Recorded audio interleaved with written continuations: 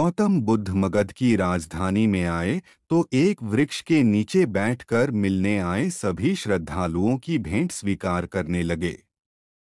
सम्राट बिंबिसार भी वहां आए और उन्होंने हाथी, घोड़े, भूमि, महल और अनेक वस्तुएं बुद्ध को भेंट कीं।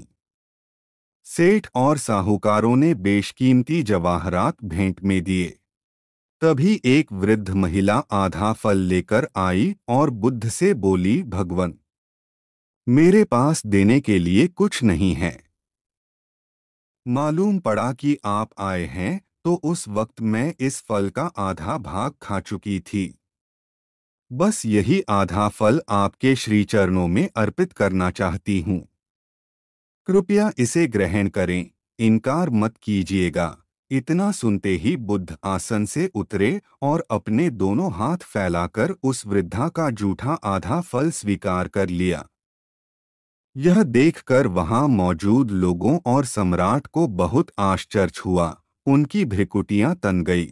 मगध के सम्राट ने जब इसका रहस्य पूछा तो भगवान बुद्ध बोले, सभी ने अपनी बहुमूल्य संपत्ति का एक अंश मात्र दिया है।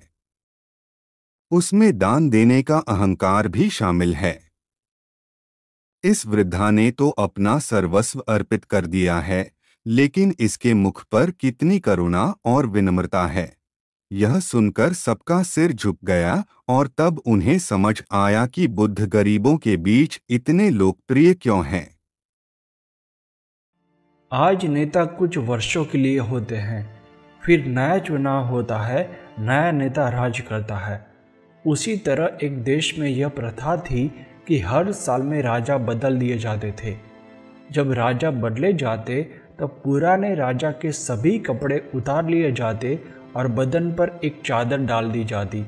फिर उसे नौका में बिठाकर उस पार घने जंगल में छोड़ दिया जाता था। वहाँ उस जंगल में कोई बस्ती नहीं रहती थी। बरसों से यह प्रथा चली आ रही थी। उस पार छोड़े गए मनुष्य बेचारे भूखे मर जाते।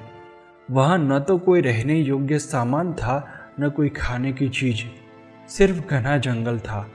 यह बात सभी राजा जानते थे। साल भर के बाद यहाँ से चले जाना है, ऐसा सोच के कोई नेता कुछ करते कराते नहीं थे। एक बार एक आदमी को राजा के तौर पर चुन लिया गया। अब तक जितने राजा बने थे उनसे ये कुछ समझदार था। समझदार वह जो अपना अगला काम बना ले, जो भविष्य को देखे, वह समझदार। उसने अधिकार मिलते ही मंत्रियों और अन्य लोगों से पूछा कि हमारा कितने दिन का अधिकार है। उसे बताया गया कि 1 वर्ष का। उसने फिर पूछा कि साल भर में अधिकार की कोई सीमा है? उत्तर मिला, नहीं, कोई सीमा नहीं है। आप जो चाहे सो कर सकते हैं। 1 साल तक आपकी सारी बात पूरी की जाएगी, ज्यों की त्यों मान ली जाएगी। आप कुछ भी करें, किसी को बसाए, किसी को उजाड़े, आपका पूरा अधिकार है। तब उसने अपने मन में निश्चय किया कि जब साल भर के बाद यहाँ से जाना ही है और वहीं घने जंगल में जाना है, तो पहले वहाँ की व्यवस्था करे। यहाँ साल भर जो रहना है उसमें जो जिम्मेदारी के कार्य मिले हैं उनको निभाएंगे। उसने सोचा कि राजा के मनोरंजन में किए जाते नाच गान, मुजरा, दावत, इन सब कामों में ऐश आराम करना, इंद्रियों के भोगों में समय खोना तो मूर्खता है, क्योंकि 1 साल के बाद तो यह सारे समाप्त हो जाएंगे। उसने जिस भी फालतू कार्य की जीवन में जरूरत नहीं है उन सब कार्यों को बंद करवा दिया। नगर के लोग अपना स्वार्थ सिद्ध कराने नए राजा के पास आते ही थे। उसके पास भी आए और बोले, राजा जी, हमने एक जगह सुंदर नाच गान का बड़ा खूबसूरत इंतजाम किया है। सभी महाराजा वहाँ पधार रहे हैं, आपको भी पधारना चाहिए। लेकिन राजा ने वहाँ जाने के लिए मना कर दिया। कुछ दिन तक तो लोग उनको मनाने के लिए आए, फिर सोचने लगे कि यह तो जिद्दी आदमी है, यह कहीं आएगा जाएगा नहीं, इसे छोड़ो। अब राजा अपना खेल खेलने लगा। उसने यह आदेश दे दिया कि नदी के उस पार का सारा जंगल आबाद करवाया जाए। नगर के नगर वहाँ बसाने के लिए यहाँ का सामान वहाँ भेजा जाए।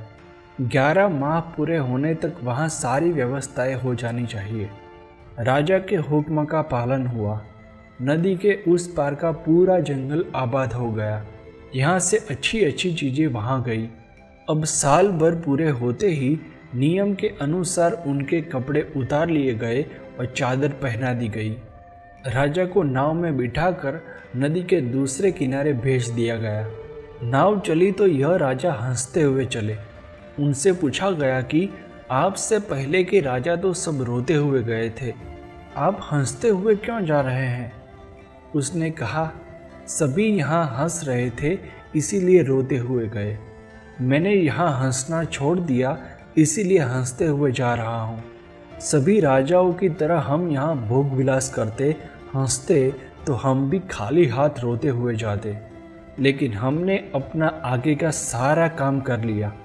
जहाँ हमें जाना है वहाँ हमारे लिए यहाँ से अधिक सुख साधन मौजूद हैं, इसीलिए हंसता हुआ जा रहा हूँ। ओशो सर। दोस्तों, ये कहानी की सीख हम दो पर्सपेक्टिव से ले सकते हैं, एक आध्यात्मिक पर्सपेक्टिव से और दूसरा जीवन में सफलता प्राप्त करने के पर्सपेक्टिव से। ये कहानी हमें सिखाती है कि हमारी जो उम्र है वह बिल्कुल नबी तुली है। प्रत्येक श्वास का हिसाब है कि इतने श्वास आएंगे और जाएंगे, और जहाँ श्वास पूरे हुए फिर उसके बाद जाना ही है। इसलिए जो कुछ भी करना है उसे अभी कर ले, और जो करने के लिए यह मानव जीवन मिला है उसे सबसे पहले करना है। आगे के लिए तैयारी यही करनी है कि भगवान में हमारा मन लगा रहे, भगवान हमें ले जाने के लिए प्रस्तुत रहे।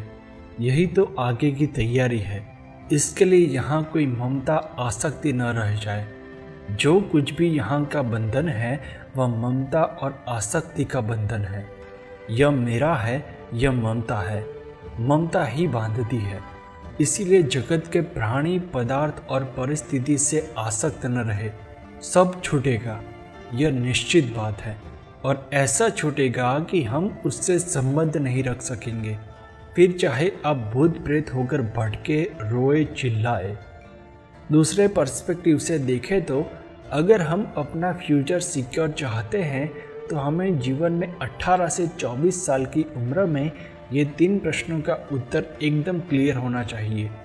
हमें क्या चाहिए, कहाँ जाना है और कैसे जाएंगे। ये 3 प्रश्नों का उत्तर उस राजा की तरह हमें टेंशन फ्री कर देंगे जब हम अपनी आधी जिंदगी जी चुके होंगे। दोस्तों, ये कहानी हमें आगे की तैयारी अभी से करने की सोच सिखाती है।